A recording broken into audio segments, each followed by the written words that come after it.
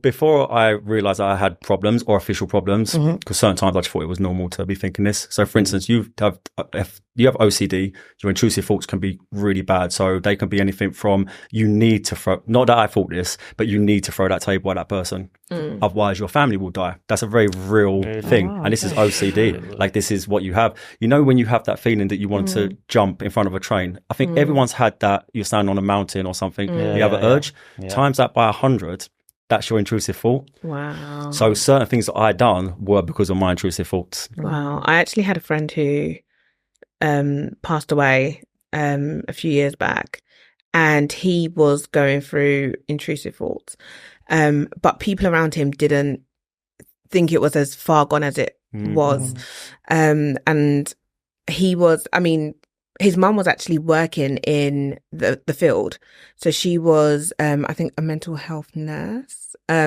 She was in the field, but she was very, she didn't want to believe that it was happening to her son. So she was very slow to react. And in any case, I think his girlfriend must have picked him up, and where we lived at the time, it was right by train tracks. And he had roller skates on, and she asked him the question, why have you got roller skates on? And he was just like, oh, because I want to have them on. Like, I love roller skating. And when the car stopped to allow the train to pass, because it was one of those level crossings, he jumped out of the car and skated towards an oncoming train. Because he was saying on the lead up that he had thoughts, and they were telling him to kill himself and stuff. But yeah, so I think that's also just something to bear in mind. If somebody is saying any little thing to you that you know makes you think, okay, we need to act, don't wait, act immediately. Especially with your partner, you should trust your partner anyway.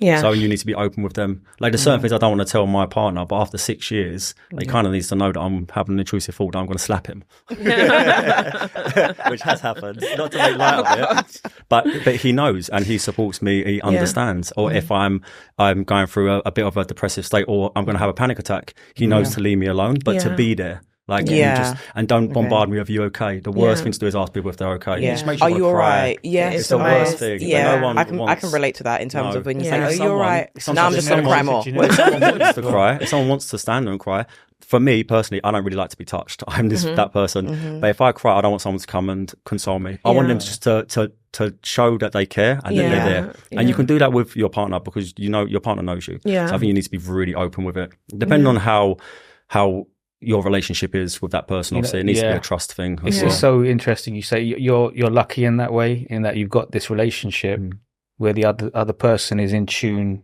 and you can open up about and communicate, right? That's not been my experience. With me personally, the impact my mental ill health has had on my relationships has been negative. Like, I will tell you straight off the bat, right? And not just with so my ex-wife,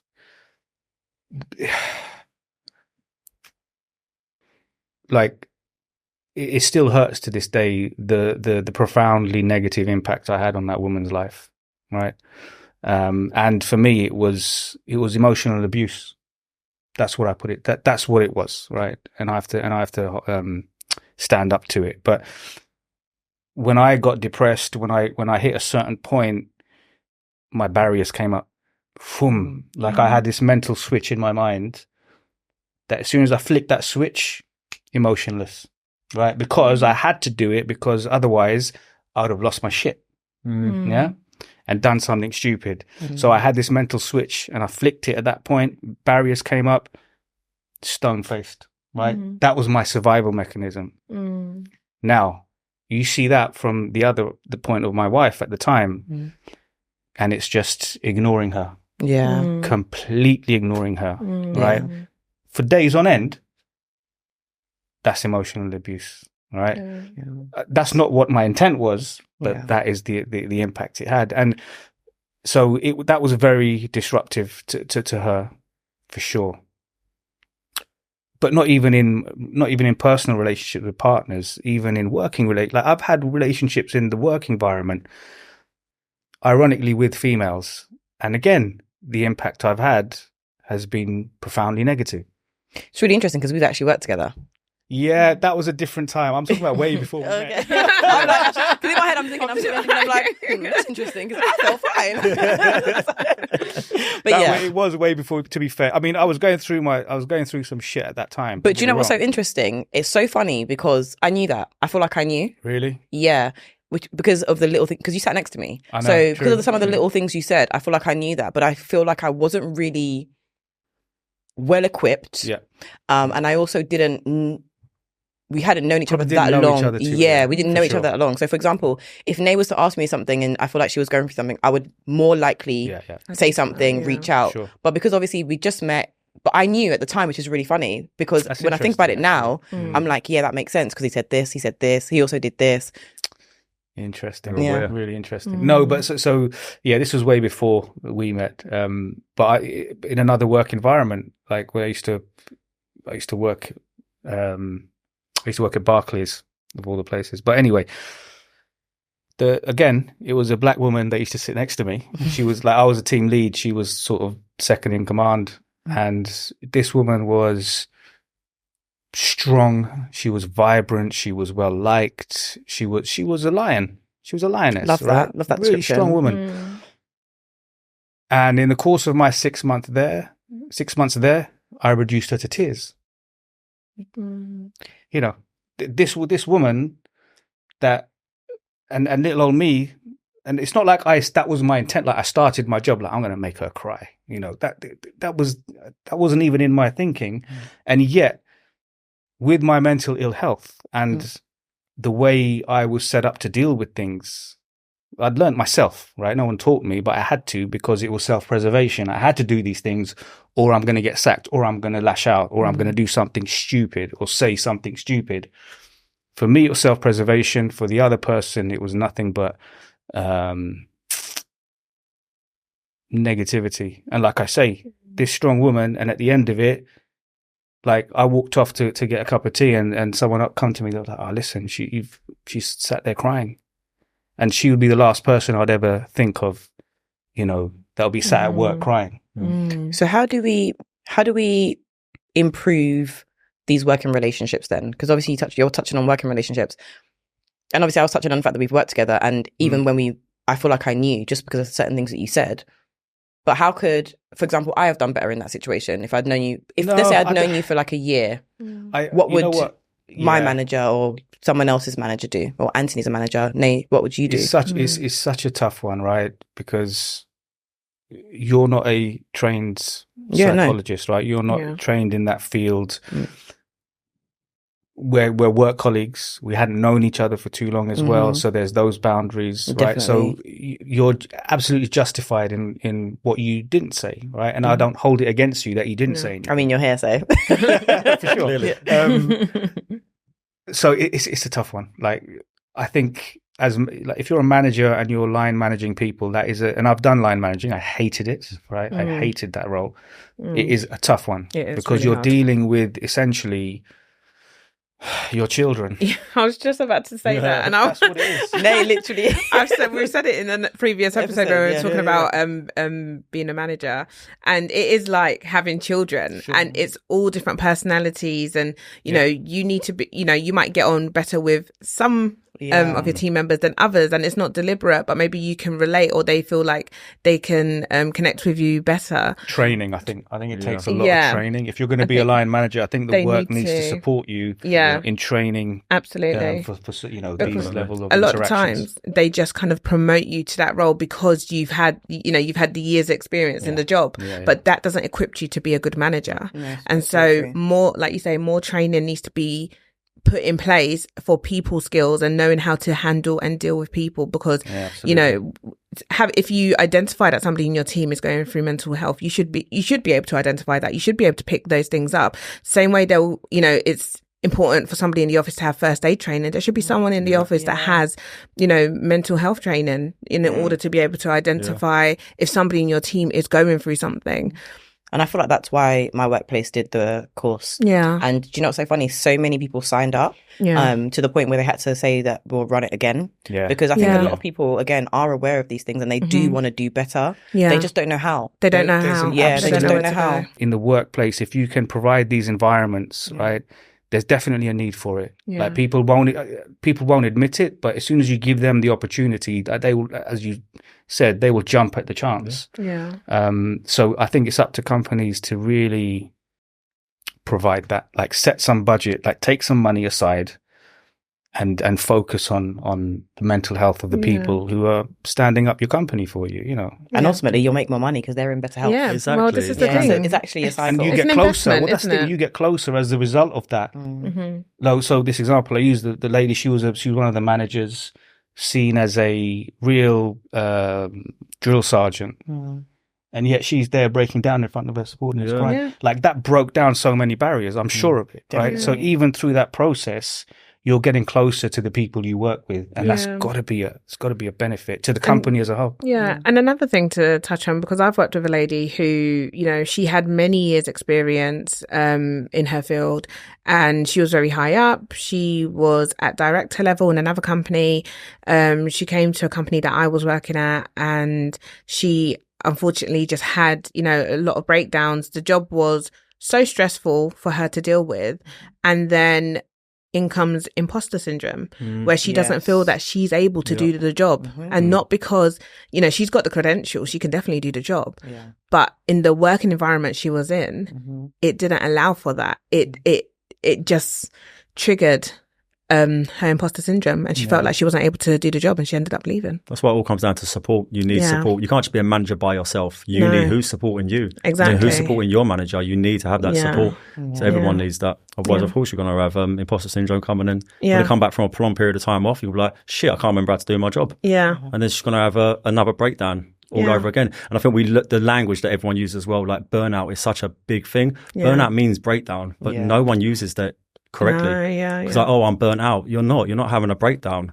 And because of that language, it's just so common now, and everyone's just saying it. But I think that it's education with that. You need to realize, and you need to, everything should be prevention, not like give you 20% off bloody gym membership or counseling on an app, which is only for 2 hours a month. Talk to a It's robot. stupid. Exactly. You don't want an AI, ChatGPT, you want that chatting back to you. It doesn't make no sense. So it's all about prevention. That's why I was saying to you, unlimited holidays. This is a thing. Companies are offering unlimited holidays. As long as you do your work, you can take time off. You can go and work abroad for a certain amount of time. It's giving you your life back, but you're still doing your job. I've seen that a lot actually recently. Everywhere, in terms of like 6 weeks. They give you maybe 6 weeks away or unlimited holiday. I've actually seen that recently. I have not. Maybe because it's the property sector, they just are so old school. But they need to get with the times. People do need to, they do need to adjust. They need to adjust because a few of massively. my friends are currently looking at roles, and that's what they keep showing That's a me. big thing, because it's prevention. It's going to prevent the person from having burnout or having a full-on breakdown, which is so serious. It sounds like, oh, I have a breakdown. It's so serious. You could take your life from having this.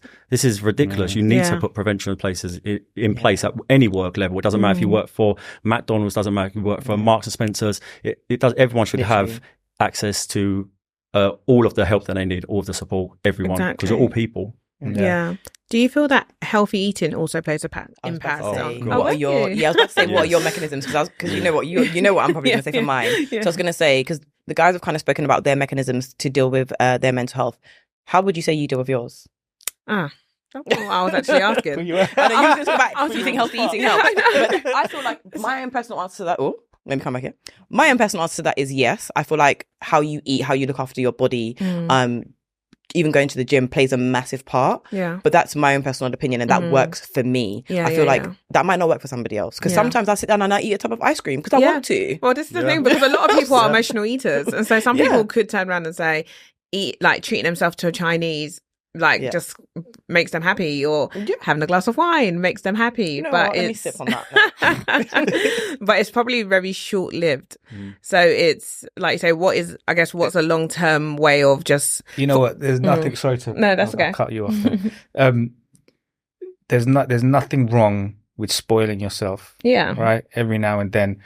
And what you said about, it's a diet. So the way you eat, it's that mind-body connection, right? If you eat shit, you will end up feeling like shit. Ultimately, well, your mind controls your gut.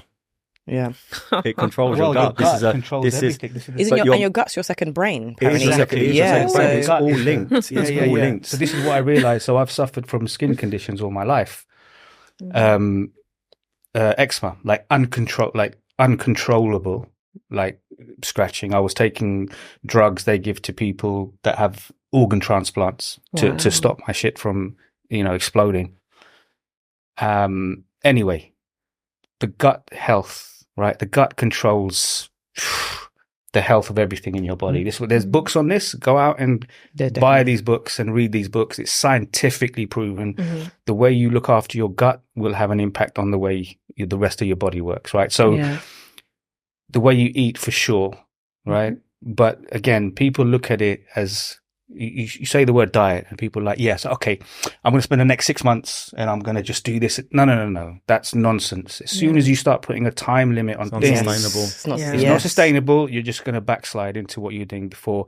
It has to be like with exercise for me. It has to be a part of your life. So for gym and healthy eating for me. So I sleep, I take a shit, I brush my teeth, right? I have a shower, I eat breakfast, I go to gym, I eat healthily, right? It is a part of my life. So the point is, it's not a time boxed thing that you do. Make it a part of this is the way it's sustainable, right? And like, it's very easy to talk about this. I know I've spent many years doing it myself and it's taken lots and lots of practice. So don't think you're just going to get it right straight out the box.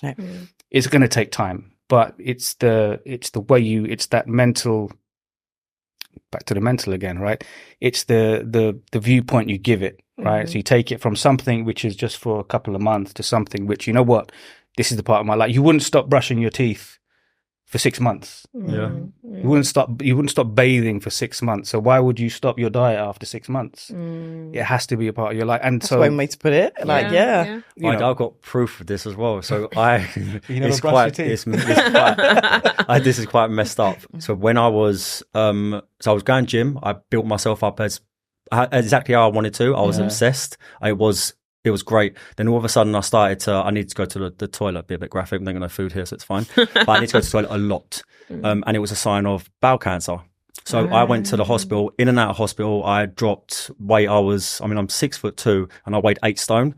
Wow. I was so unwell. And then they said, okay, this could be prostate cancer, and then it was bowel cancer, and all this, the C word, like being floated around. I lost all of it. It was all linked to what I was eating, and that was boosting a chemical in my brain that was affecting my anxiety even more so, and affecting my gut. So it was basically in my head. I created all of this myself. Do you know what you was eating that was potentially? It was because I was gymming a lot. It was a lot of protein. It was a lot of lots of supplements. I just went down a really unhealthy route, and it affected my mind. But since then, my anxiety's been even worse. So since that day that I've gone through all of the hell with my stomach, thankfully I'm okay now. But my anxiety got 10 times worse, and that's when I was diagnosed with GAD, because it was just, they said it was all contributed to what I ate during that prolonged period of time. And sorry, the stress, GAD, generalized anxiety disorder. Okay. So it's just like a lot more. You're anxious for months and about everything, like what you eat, how you're dressed, who you're talking to. Do you sound like a dickhead when you're talking to someone? All of this thing, you panic about it constantly. It's horrible. That's really interesting though. That's a really, it's so interesting that the mind can do have so much to the body. It's a lot. There's actually I don't have the name of the book, and we'll definitely link it in the description, but there is a health doctor who talks all about what you're putting into your system and all about healthy gut, and it's incredible. Like, I was reading the book and I was just like, oh my gosh, I need to. My client sent me a book. Like, she literally texted me. She was like, you need to read this book. Yeah, and he was talking about eating, I think he said like 20 different plants a day in your diet. And when he said plants, he didn't just mean like leafy greens. He was talking about nuts, anything that's kind of rooted and grown from the ground. It has to be a part of your diet. It has to be factored in somehow, because it's very important. Yeah. Yeah. What are your coping mechanisms? Going on holiday. Yeah. Says the girl that just came back from holiday. I know, it was so amazing. But but for me, I learned quite quickly that I need to always have something to look forward to. So for me, it was always every kind of like 3 to 4 months, I need to have a holiday. Yeah. And that helps me reset. It helps me relax. Sure, yeah. It helps me switch off. I leave all the worries in the UK and I go to another country. Yeah. And that really works for me. That really, really worked for me. There was a year, well, during COVID, where I couldn't travel. Yeah. And I struggled. I really did. It was really hard because I felt like I had no escape. And so I started to feel claustrophobic.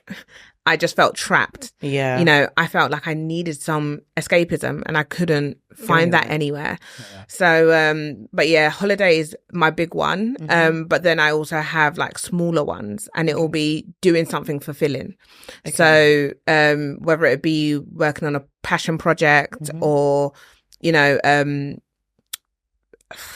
don't know, maybe like completing a course or something like that. Yeah. Just something that I can say, right? Exactly. Yeah. And something that I can kind of pat myself in the back on and say, well done. Like you did good. You did good. Yeah. So those are my kind of like smaller things. And my bigger thing would be going on holiday. What about you? Yeah. That's what I'm literally thinking in my head. I'm like, what are my things that I do? I think and wine, of course. Oh yeah, and wine. We should probably lay off the wine sometimes, but you know, talking about gut issues and everything. But I think I know one for you. Go on. I think it's you meeting up with your friends. You're like, when you go with your friends and have a nice little meal and stuff like that, I think that's something I see that you do often. So yeah, that definitely. Might be I feel like family time and friends. So like we've spoken about before, like my friends are like my family. So spending time with my loved ones and really spending time with them. So for example, like being present. Yeah. So if I'm with my partner, for example, and he's sat on his phone, that doesn't count. Not okay. Do you see what I mean? So I need you to be present. So when people are present in that moment, that really does help.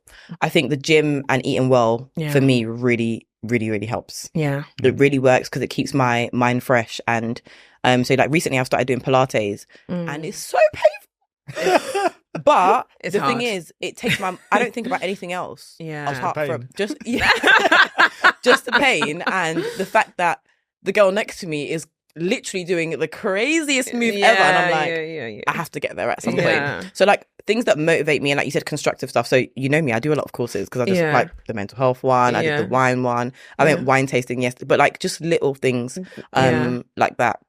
But another big thing that I think really helps, and I hope this helps other people, but is living in the day. Oh, 100%. I feel like everyone, when you talk to people, it's like, oh, I've got to get this in 2 years, I've got to do this in 5 months. It don't exist. Yeah. The present, the future does not exist. Yeah. You literally said this outside, yeah, we were just talking about this. Literally living in the day. Yeah. Today is the only day that I have. I don't even know if I'm going to be, I might not wake up tomorrow morning. Yeah, exactly. God forbid, but yeah. Yeah, but do you know what I mean? So it's like, what do I want to achieve today? Yeah. That's a good one, because I think that really helps me. Yeah, I think that's a really massive one, because like we were saying, a lot of people talk about the future, or like you were saying, talk about the past. Yep. Yeah, the past is gone. It's gone. Yeah. So you know, what can you living do? in the past, I think, is actually one of the signs of ill mental health. Yeah, though, I think. Oh my God. That was me. That was me. I used to dwell. I just lived in the past. Yeah. It was really bad. Do you know what, this conversation is so interesting. I just feel like I'm learning something. Yeah, and I'm just like, ooh, I really want to pick you guys' brains even more. Yeah. Carry on. It's interesting though. You talking about the future. It doesn't exist for sure, right? And equally dwelling on the past. But I think there's a lot more power in looking at what's happened, where you've come from to get to this point, and for me, that's one of the ways I got a handle on why I was so messed up in my head. Was I spent a couple of years just thinking back to my childhood and identifying moments that I was like, oh, so that's why I'm this way. And for me, there was, as a child, like there was a lot of traumatic events. Like I didn't grow up in a war zone. Like my family weren't wiped out in a tsunami. It was never that serious. However, trauma is trauma regardless. Right. And so in order to understand yourself, you do need to spend a considerable time looking at where you came from, looking at your past, which is, you were talking about it before. not to dwell on it, but to identify, right, okay, I'm like this. Like I can tell you exactly why I'm the angry person I am, right? I can tell you exactly pinpointed to people and times and places and why that is. Yeah.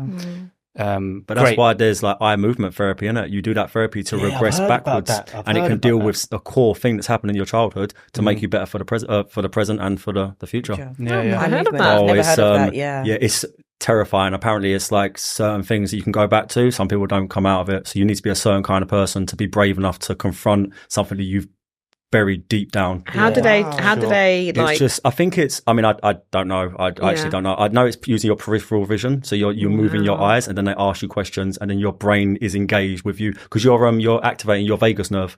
So at the back. So because of that, you're able to go back to something that you put in a little box. I read a bit about fascinating. Is it the chimp box or the? No. Chimp paradox. No. Okay. No. I was going to ask actually with that. I don't know. Would that work for somebody who has bad memory? I don't know. I feel like my memory just is to remember something. Just to remember. Good to put a link in, like when you. No, definitely. Yeah, definitely. There's a lot of links that we're going to have to link down the even bottom. Just when we're talking about the NHS therapy, straight away I was thought of Better Help, Harley therapy. Yeah. So there are actually a few other things that we definitely need to link below. But also, I'm definitely going to read about that though. Yeah. It's so fascinating. Honestly. I'm nowhere near brave enough to do it. I would love to, but there's certain things from my childhood that I no way want to relive. I will, but at the moment, there is just no way. But I would do that therapy 100%. Where can people find that therapy? I don't think they supply it from the NHS because it's only recently been recognised, isn't it? Before it wasn't really a real thing. Thing is, a lot of this stuff, unless it's your traditional routes of CPT and that therapy, which the NHS will provide, you will have to wait for, to be fair. A lot of this stuff you will need to, and this is the downside to it, you will need to go out and research yourself, find the person yourself and pay for it yourself. And that's that's one of the downsides. It's an investment though. I was going to say I think we need to be okay with paying for things for our own health. A little random tip before I forget: when you go for a walk, I gave up earphones. I love earphones. I don't go anywhere without music. I gave up earphones for about 6 months. Oh wow! I broke them on purpose. I broke them. I was like, no way, I'm going to use them. So I started to walk everywhere. And someone told me a long time ago, if you look at something in the distance, like a post, they walk towards a lamp post, you stare at it, use your peripheral vision, you start to notice all of your surroundings, but then you feel yourself zooming out. So all of a sudden you recognize how tall you are, which is, you think about it, you never think how tall you are, do you, when you're walking? No. It's going to sound so bizarre and really woohoo. In my head, I'm like, I'm trying to try it. I'm like, but wait. you don't. But if you're walking, you feel yourself stretching, and then you feel like you're not the only one in the world. Like because you're seeing everything around you. Wow. So then you're not so sucked in on your own depressive state or your own negative thoughts. So I do it as to cope with all of the intrusive bollocks that I go through, but it helps so much. Like an hour walk without earphones and then just focus on something, and I promise it will give you a mini high. Yeah, recently I've actually been taking my headphones out on the train and stuff because I walk to the station in the morning. Sometimes we're on the phone, but when I recently, for some reason, I've just not been listening to music. Normally I'm listening to some ratchet music, dancing on. But recently I've kind of just taken it and I feel clear-headed. Yeah, 100%. I think walking as a whole is so underrated. I think going for walks has been such a breath of fresh air, literally. Yep. Every pun intended. But for me, I used to do it a lot when I was younger, because I used to walk to school because I used to hate getting on the bus. But during that time, I just found that I felt like I was just breathing in fresh air and just clearing my mind, cleansing my thoughts. And then by the time I got into school, I felt clear-headed. Well, getting out in nature and it's something I need to start doing is going on hikes and going trekking. I have loads of people who do this. They keep going on about it. But again, this is another way. Going back to what you're saying, like a coping mechanism, a way of therapy is to get out into nature, be a part of nature. Because go and hug a tree. Seriously, just literally go and hug a tree. They say feet on the ground. Soil, take your shoes off, walk barefoot. So So do that in your garden if you don't want to go to the park. There was I keep losing my train of thought. This is really bad. Oh my gosh, it was something you were saying, and I was going to piggyback off of it. About hugging a tree? Taking your shoes off. Yes. So, I wanted to do a 5K run. Oh. And You told me about this actually. yeah.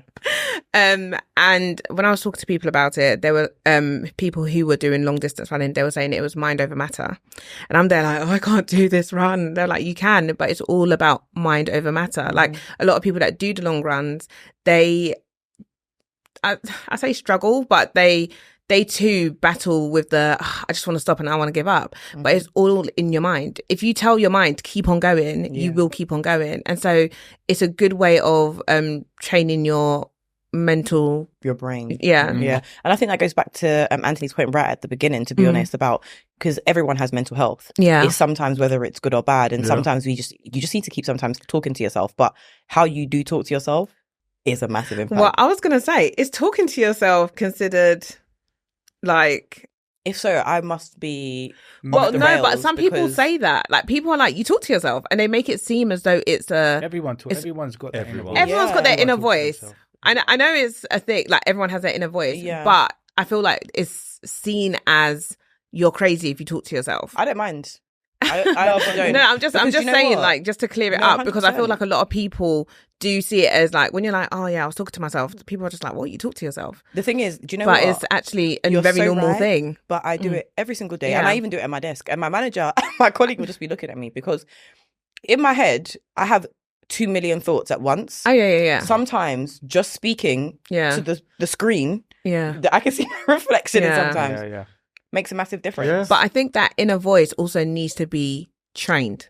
Oh, for because sure. that inner voice could be like, you know, the thing that it can either build you and be like, you can do it, girl, you go out on that stage and you kill it, or it can be the voice that says, yeah, you are. I'm curious to know though, does that have to do with your personality? Because I genuinely think, for example, most of the time in my head, I think in a positive manner, but I don't know where that comes from. Does that come from is that my personality? Is that genetic? Do you see what I mean? This is where a psychologist needs to intervene, because I'm genuinely curious. Yeah. This is so funny. Because don't get me wrong, I still have negative thoughts. Yeah. But in my head, I talk myself out of those thoughts, or I go to sleep. That's great. Or I go to sleep. Amazing. God, I wish I was in your head. Yeah. I go to sleep because I'm like, when I wake up in the morning, I'm not even going to remember this thought. Yeah. Lucky you. No, but so it's interesting because I've got the book in my bag literally right now, neuro-linguistic programming. So I've just started reading a book on this at the moment, and it talks exactly about this, that the conversations you have with yourself, the voice that's in your own mind and what it's telling you, and it talks about basically the brain as a computer that can be reprogrammed. So those destructive thoughts, those feelings, those voices, NLP addresses that in a way that I've only started the book right now, but there's exercises you do where you start to reprogram it. Because what's happened is your brain has been brought up on this one program all its life, and it's just not fit for purpose anymore, right? So when your Mac you got on your desk there, when the software's out of date, you will update it, right? And it will work perfectly again. Same, the analogy is similar to the brain, right? The vast majority of the time, the software that's programmed, that's hardwired into your brain is not conducive to you leading a mentally healthy life. That's so interesting, because I kind of feel like there's so much focus on self-development and learning things. We need to unlearn things as well, equally as important. The shit that your parents and people that you have when you're a child drum into you, and that molds you as a person. But if you unlearn certain things, well, it's generational. I think we were talking about it before, right? We're trained, we're programmed to repeat the mistakes of our forefathers. Whatever culture, whatever color you are, whatever country you're from, this is one thing I've noticed, right? Is parents will pass on their baggage to their children, and they will just repeat it. And it's a vicious circle that will keep happening generation after generation. At a certain point, and this is why I realized years ago I have to stop this destructive cycle now. I had to make the conscious decision that I refuse to let this go on. I don't know if that's too late yet for me or not with my children. I pray it's not. But this is the thing. We need to be, we need to consciously think about the facts, right? What have I been trained? What assumptions do I hold in my mind, right? That I'm going to pass on to my kids. I've seen it so many times. And this is one of the ways why we, as humans, we don't fucking learn. Yeah. We just don't learn. We just repeat the same mistakes. We learn what we want to learn. Yeah. That's and the we're thing. just programmed to just repeat the same mistakes that, you know. And then again, honestly, I feel like, first of all, my brain is too curious, because in my head I'm like, so is that a habit?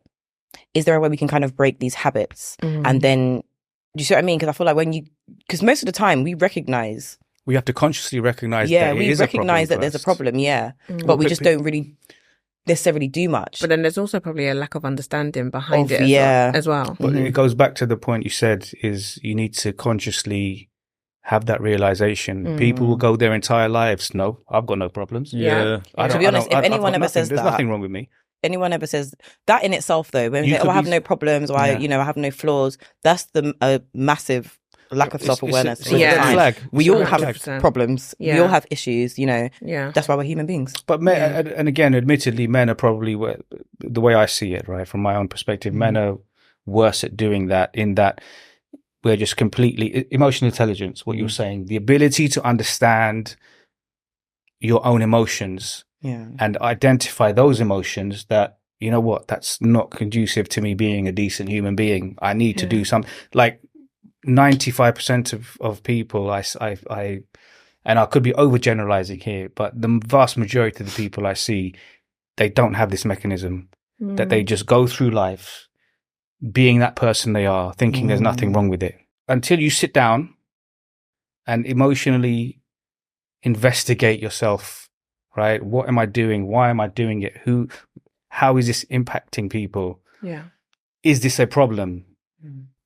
Am I a healthy member of society doing this? We're not going to, people are just going to remain in that cycle. And that takes a lot of effort.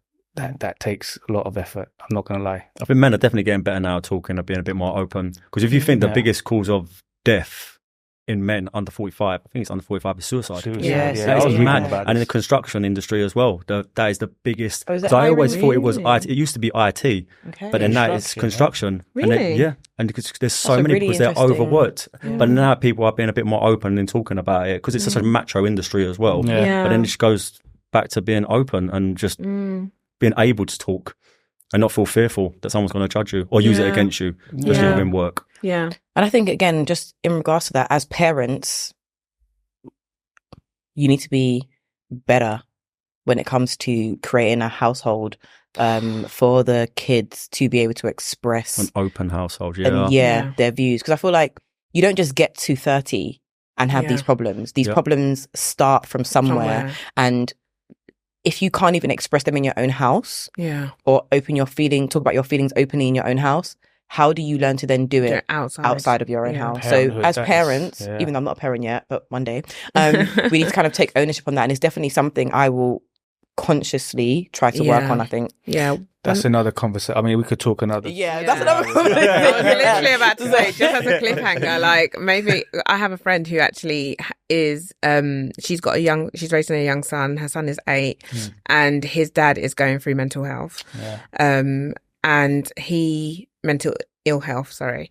And she's trying to keep a very open dialogue with her son. So she's explaining, daddy's not well, but he's not well inside, not outside. And so she's trying to have that open conversation with him because he, he was starting to feel the whole, why doesn't daddy want to speak to me? Like, and it's, she wants to make sure that he knows that if he needs to talk, that there's a safe place for him to talk. And that, she noticed changes in him where he started, hugging her a lot and just saying, I love you, because, and then she started to identify that maybe he was starting to worry that she might go away and that she may leave him.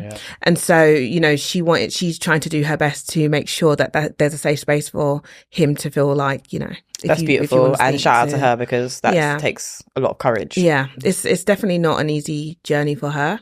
But she's doing her best to be very to just acknowledge and be, just being very aware of how it could affect her son. I hope he improves. Like, as a father, I hope he can get the help he needs. Yeah, he is currently in therapy, and it just has such a toll. It has such an effect on him, and it's so sad to see, because there is the knock-on effect where the child is on the receiving end who's being impacted, but the person who's going through it is also impacted. Yeah. And so, and I also feel like they feel guilt for it as well. No, he does feel massive guilt. Yeah. He feels massive guilt. It's such a destructive. So it really touches a raw nerve with me, because when my first daughter was born, I was in that place of real mental ill health. Yeah. And it destroys me I'm trying to get over that. Yeah. Trying to own that. Right. Because that was me. But so I completely relate. And that's another thing I wanted to speak that I just wanted to piggyback off of.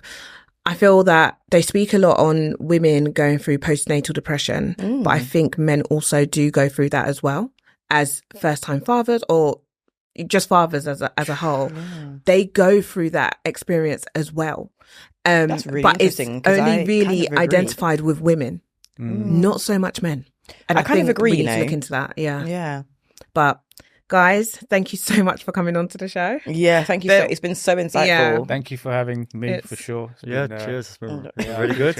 Open dialogue. Love it. I love it. I can sit here and chat all day. I know. It's honestly, I feel like there's so much ground we can cover on this. Definitely. And I feel like mental health is such a massive topic. We could literally be here for the next 6 hours. Honestly. Can I just end on one note?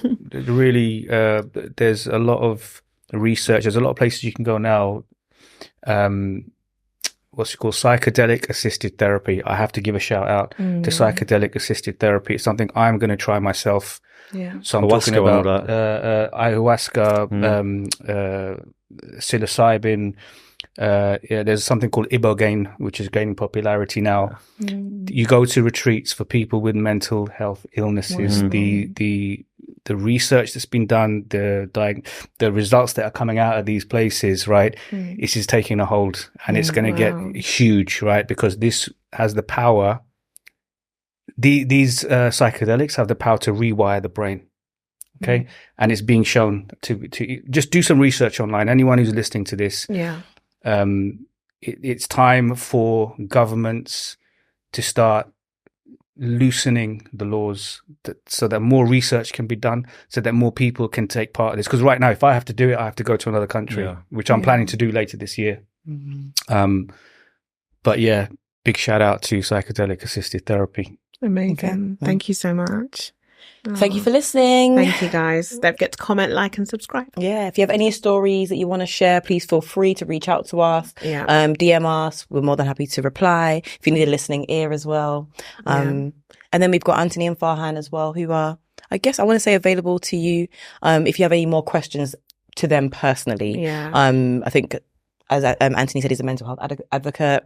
Farhan's kind of told you his story. So if you feel like maybe there's something that you want to relay, any words of encouragement even, please feel free to reach out. Yeah, and you can do it anonymously as well. But we'll definitely link everything, a lot of the different links down into the description box. So just look out for that. But thank you so much for tuning in.